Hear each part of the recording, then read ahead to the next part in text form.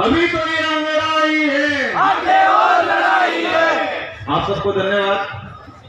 आज आदिवासी एकता परिषद के इस 30वां आदिवासी सांस्कृतिक एकता महासम्मेलन में पूरे देश से और साथ ही हमारे अन्य देशों से भी हमारे आदिवासी समुदाय के हित में काम करने वाले लोग यहाँ पहुंचे हैं।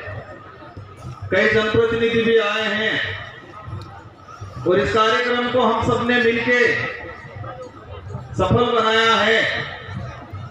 लगभग सफल होने की कगार पे जा रहा है और ये एक ऐतिहासिक कार्यक्रम है। आज लगभग मैं लंबे समय से इंतजार कर रहा था, क्या बोलना था वही भूल गया और हमारे संचालक महोदय जी बार बार कह रहे थे, वही याद रह गया मुझे। कह रहे थे कि राजनीतिक बातें नहीं होनी चाहिए। सही बात है, हमारे समाज में जब राजनीति घुसी और हमारा समाज बिखर गया, आजादी से पहले हमारे समाज के लोग सामाजिक मुद्दे को लेके एक हो जाते थे, लेकिन स्वतंत्र भारत के अंदर सामाजिक कोई मुद्दा आता है तो वहां राजनीतिक देखी जाती है और राजनीतिक इतनी खतरनाक घुस गई है जिसको हम छोड़ भी नहीं सकते। मैं इस कार्यक्रम में आया कल रात को लगभग 9 बजे के आसपास, तो वहां गेट के अंदर वहां आसपास साथी पूछ रहे थे, किसी ने कहा ये विधायक आए हैं, तो वो पूछ रहे थे कि कौन सी पार्टी से हो। उस भाई ने कहां से विधायक हो ये नहीं पूछा, क्या पूछा, कौन सी पार्टी से हो। मतलब गेट में घुसे तब से ही राजनीति शुरू हो गई। ये राजनीति कितनी खतरनाक है। जब मैं विधानसभा में विधायक के तौर पे मेरी 84 की जनता ने मुझे भेजा, तो हम विधानसभा के अंदर गए। इससे पहले हमने पढ़ा था कि संसदीय जो व्यवस्था है उस व्यवस्था को कि हर विधायक को एक समय मिलता है निश्चित। हमारे प्रावधान होते हैं स्थगन के, बिल पे कटौती प्रस्ताव, हर चीज पे उस प्रावधान के अकॉर्डिंग नियम के अनुरूप उसको बोलने का अधिकार दिया जाता है, लेकिन वहां पर भी राजनीति हो जाती है। जब मैं शुरुआत में गया तो लगा कि छोटा सा बच्चा मतलब लड़का आया है तो बोलने दिया, फिर पता चला इसके वाला नहीं जमने वाला है, तो वहां भी मेरे साथ राजनीतिक हो जाती है। जब बैठे रहते हैं हमारे बिल पे बहस की कोई बात होती है तो देखते हैं हमारे सभापति के यूट के बाहर पेशाब करने कब जाएगा, तब मेरा जानबूझ के नाम ले लेते हैं और फिर कहते हैं कि आप कहां चले गए थे। तो वहां पर भी राजनीतिक हो जाती है। और मैं कल 8 बजे से आया हूं, सुबह 11 बजे से इस मंच में यहाँ बैठा हूं और अभी मैंने यहाँ सूचना पहुंचे हमारे साथियों ने, तो मुझे लगा यहाँ पर भी राजनीतिक हो गई। ये राजनीतिक बहुत खतरनाक चीज है, लेकिन फिर भी हमें हमारे समाज को ध्यान में रखना है और हमारे समाज के लिए हमें जितना भी पेशेंस रखना पड़े वो पेशेंस हम रखने के लिए तैयार हैं। आज हमारा देश संविधान से चलता है और संविधान के तहत प्रत्येक व्यक्ति को मत का अधिकार दिया गया है। और हम शेड्यूल एरिया की बात करते हैं, ये शेड्यूल एरिया में आता है। मैं शेड्यूल एरिया से जीत के गया। हमारी जनता को ये समझाना पड़ेगा, हमारे जनप्रतिनिधि को समझाना पड़ेगा कि पार्टी की टिकट से विधायक नहीं बनते, आदिवासी समाज का सर्टिफिकेट लगाएंगे तो विधायक बनेंगे। अगर कोई भी जनप्रतिनिधि जो विशेषकर शेड्यूल एरिया में है, रिजर्व सीट से है, वो पार्टी की टिकट लगा दे और शेड्यूल एरिया का सर्टिफिकेट और आदिवासी होने का प्रमाण पत्र नहीं लगाता है, तो क्या वो चुनाव लड़ पाएगा? तो महत्व किसका है? किसका महत्व है? आदिवासी समाज के सर्टिफिकेट का महत्व है, शेड्यूल एरिया का महत्व है, न कि पार्टी और टिकट का महत्व है। और ये बात हमने दिमाग में डाल दी तो जितनी समस्याओं के लिए बात हो रही है वो सारी समस्याओं का समाधान हो सकता है। ये दिमाग में डालना पड़ेगा। हमारे पास ताकत क्या है, उस ताकत को भूल गया हमारा समाज। हमारे भाई गाड़ी खरीदने जाते हैं, पूछते हैं कितना हॉर्स पावर की है। शब्द क्या यूज करते हैं? Horse power. हॉर्स मतलब घोड़ा। घोड़ा इतना ताकतवर होता है, घोड़ा ताकतवर होता है, लेकिन उसको बचपन से जो इसको पालने वाला रहता है इसको ऐसा बना देता है, ऐसा बना देता है कि वो सिर्फ शादी ब्याह में नाचने का ही काम करता है।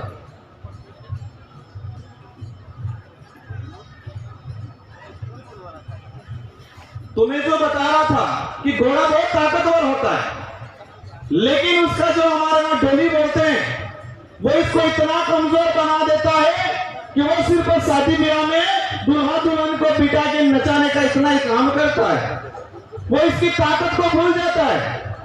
और वही चीज हमारे समाज के साथ हुई है। हमारा समाज, हमारी जो ताकत थी, हमारे जो हक अधिकार, जो हमारी ताकत है, उसको हम भूल चुके हैं। और यही चीज पूरे देश की जनता भी भूल चुकी है कि संविधान ने मत का महत्व दिया है, न कि टिकट का महत्व दिया है।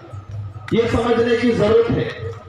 मैं जब विधायक चुन के गया और मैं एक हमारे पूर्व वक्ता बता रहे थे, मुझे किसी ने टिकट नहीं दी। आदिवासी समाज ने सिलेक्शन प्रणाली से मुझे चुन के भेजा और हम एकमात्र विधायक हैं जो आदिवासी समाज की सिलेक्शन प्रणाली से चुन के गए हुए हैं। और कई हमारे साथी राजस्थान के जो दूसरे संगठन विचार की मजबूरी है, कहते हैं कि हम थे पार्टी के बंधनों में बंधे हुए इसलिए नहीं बोल सकते, वो है मेरे साथ ये सीखे आप बोलना। तो ये जनता को समझना पड़ेगा, ऐसी ताकत पैदा करनी है हमें। अभी बात हो रही थी यहाँ ऊपर जो दिमाग लगाया हुआ है उस पर लिखा हुआ है बहुमत राज। इसके नीचे शुरुआत में जो मुर्गी लग रही है, तो इसको देख के बात याद आ गई, मैं हर बार बोलता हूं, हमारा समाज के अंदर किसी पे आपत्ति आती तो हमारा समाज एकजुट होकर लड़ता। इसके समूह पे आपत्ति आई, ये लड़ रही है, लेकिन वर्तमान में आपने मुर्गे देखे होंगे बाजार में, वो मुर्गे देखे होंगे व्हाइट वाले ब्रॉयलर बोलते हैं, एक ग्राहक आता है एक को निकालता है तो क्या दूसरी लड़ती है? क्या दूसरा वो व्हाइट आते हैं ब्रॉयलर, वो लड़ते नहीं लड़ता है, वो दाने चूसते रहता है, कहता शांति शांति शांति। जैसे जैसे ग्राहक आए एक एक मुर्गा काट काट के इसको खिला देंगे और लास्ट में एक बचेगा, वो भी खाता रहेगा, कहता है शांति शांति। उसको नहीं पता मेरा भी नंबर आने वाला है। ये स्थिति हमारे समाज की हो गई है। हमारा समाज किसी बात को लेकर लड़ने के लिए तैयार नहीं। बात आती है तो भिलाला का मामला, भील क्या करेगा? ये तो गोंड का मामला, संथाल क्या करेगा? ये तो नगाओं का मामला है, ये भील क्या करेगा? ये स्थिति में बैठी हुए बॉर्डर प्लेस की बात करते हैं, हम आदिवासी समाज की बात करते हैं, लेकिन हम समूह में बटे गए। 2011 की जनगणना के अनुसार भारत देश के अंदर 10,42,00,000 आदिवासी समूह है बताया गया, और समूह 695 समूह, और आज 2023 हो गया। दुर्भाग्य से हमारी जनगणना जो होनी थी नहीं हुई, और इस जनगणना नहीं होने के पीछे कितना बड़ा राज है। कहते हैं कोरोना है, और कोरोना है तो चुनाव क्यों हो रहे हैं? जनगणना होनी चाहिए, जनगणना नहीं हो रही है।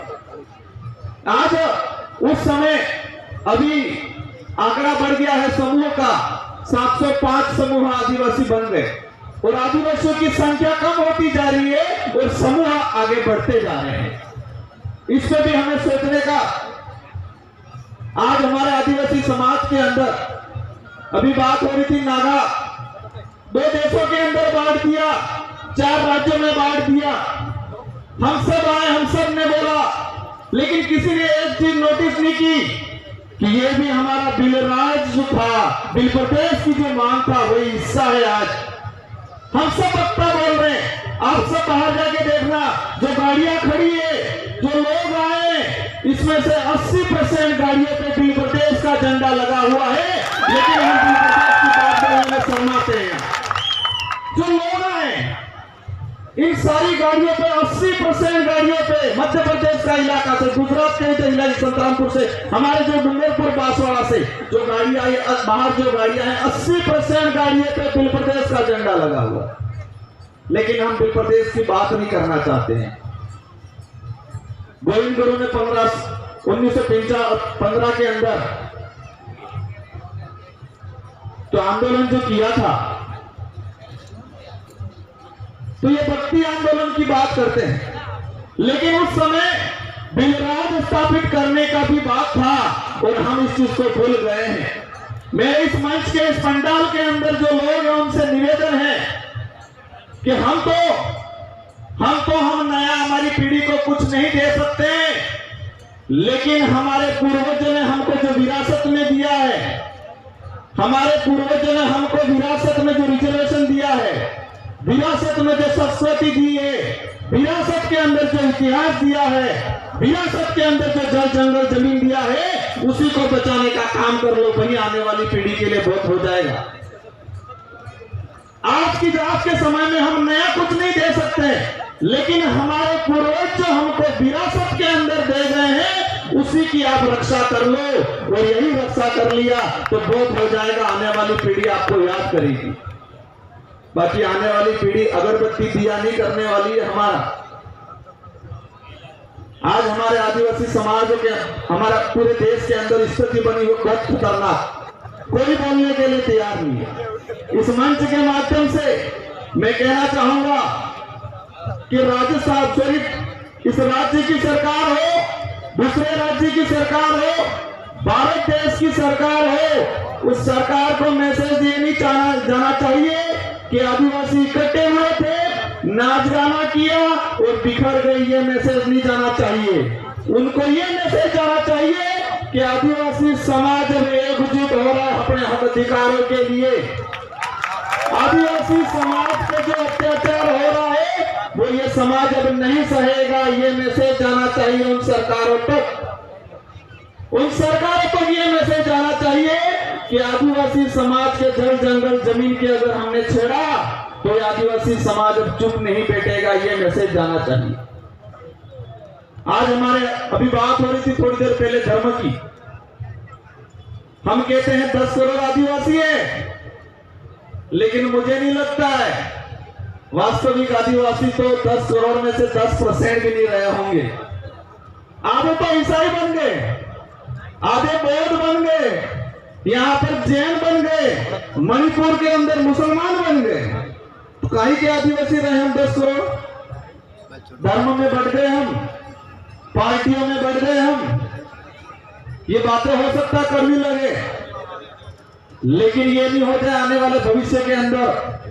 जब बाहर हम प्रदर्शनी में अभी क्या हमारे आदिवासियों का ऐसा घर हुआ करता था, ये देख के आए, और आज हम नहीं जगे तो आने वाले 20-25 साल बाद हमारी पीढ़ी ये नहीं देखे कि वास्तविक आदिवासी देश में कौन सा बचा है। ये ढूंढना नहीं पड़ेगा, ये ध्यान रखना पड़ेगा। हम लोग कहते हैं हमारे साथ अन्याय होता है, हम मंदिरों में जाते हैं, मंदिरों में दर्शन नहीं करने दिया जाता है। अरे भाई, मंदिर तो अपना ही नहीं है, तो अपन जा क्यों रहे? यहाँ पर भक्ति की बात हुई थी। आदिवासी समाज के अंदर भक्ति में मंदिर का महत्व नहीं है, दान का महत्व है, धोनी का महत्व है। हमें दान पे जाना है, धोनी पे जाना है, थानक पे जाना है, मंदिर पे नहीं जाना है। अब आपका ही नहीं, आप जबरदस्ती जा रहे हो, धक्का मार रहा, फिर आप धक्का खा के आ रहे हो। आदिवासी समाज को धर्मों में बांट दिया, राजनीतिक में बांट दिया। बहुत सारी बातें हैं, हमारे कई वक्ता और भी बोलेंगे, लेकिन मैं इस मंच के माध्यम से कहना चाहूंगा कि हमें एक प्रण लेना पड़ेगा कि देश की सरकार को क्या मैसेज है, वो बात हो गई, लेकिन संविधान के अंदर जनजाति की जगह आदिवासी शब्द जोड़ा जाए, इस पे जोर देना पड़ेगा हमको। अभी जितने भी वक्ता है सब ने हमने आदिवासी की बात की। मुश्किल से किसी एक ने, हमारी एक बहन आई थी, उसने बताया जनजाति की संवैधानिक शब्द है, तो संविधान में बहुत सारे अमेंडमेंट हो सकते हैं, तो जनजाति की जगह आदिवासी शब्द क्यों नहीं जोड़ सकता है? इस पे भी हमें मंथन करना पड़ेगा। जितने भी जनप्रतिनिधि आए, किसी भी पार्टी से आए, अगर पार्टी की नकेल में नहीं हो तो आह्वान करें पूरे देश के आदिवासी मिलके जंतर मंतर पे हम बात करें, और हम ये माहौल बनाएं कि संविधान के अंदर जनजाति की जगह आदिवासी शब्द जोड़ा जाए। हमने राजस्थान में भी अभियान चलाया है। हम आपस में एक दूसरे को आरोप लगाते हैं। संचालक महोदय नजदीक आ गए, लेकिन मैं ज्यादा समय नहीं लूंगा, 2 मिनट ही लूंगा, क्योंकि मेरे साथ भी राजनीति हो गई। हमने राजस्थान में अभियान चलाए, अगर कोई भी आदिवासी को नक्सली बोलेगा उस पर एट्रोसिटी मुकदमा दर्ज हो, ये अभियान चलाए और ये पूरे देश में चलाना पड़ेगा। अगर कोई आदिवासी को नक्सली बोलता है, आज मैं विधायक हूं, 2018 से पहले हम चुनावी व्यवस्था में नहीं आने वाले थे। हम पे आरोप लगे कि ये नक्सलाइट लोग, पता ही नहीं नक्सलाइट क्या होता है, एबीसीडी भी नहीं पता। हमारे जिला मुख्यालय से रिपोर्ट चली कि 18-20 जनों की कि ये नक्सलाइट गतिविधियां फैला रहे हैं।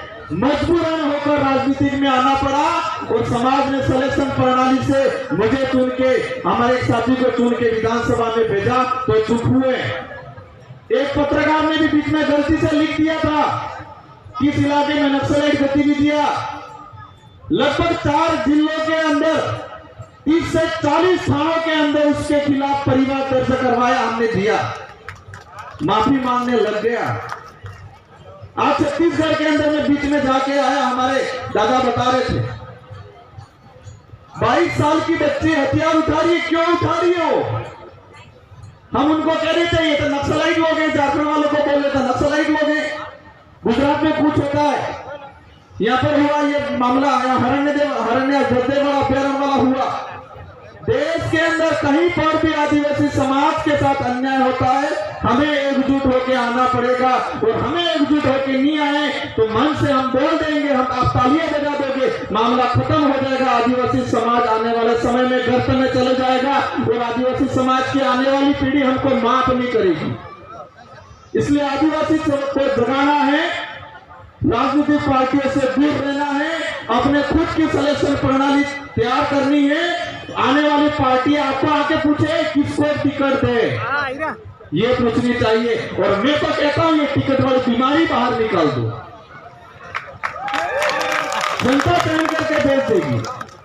धर्म व्यवस्था से बाहर निकलना है और धर्म व्यवस्था में बाहर नहीं निकले, हमें आज हमारा महाराज ने पूजा पाठ की आदिवासी संस्कृति में, और हम सब घर पे जाके ब्राह्मण से पूजा पाठ करा लेंगे तो क्या हो जाएगा? इससे कौन सी संस्कृति अशुद्ध कर दिया हमने? तो यहाँ पर खानपुर के अंदर आदिवासी समाज, हमारे आदिवासी भाई के ओबीसी में डाल दिया गया है।